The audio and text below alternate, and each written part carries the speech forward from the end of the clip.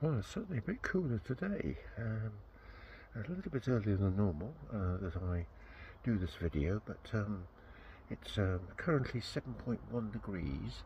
It was 17 point something during the day yesterday, and it was 5.7 degrees overnight.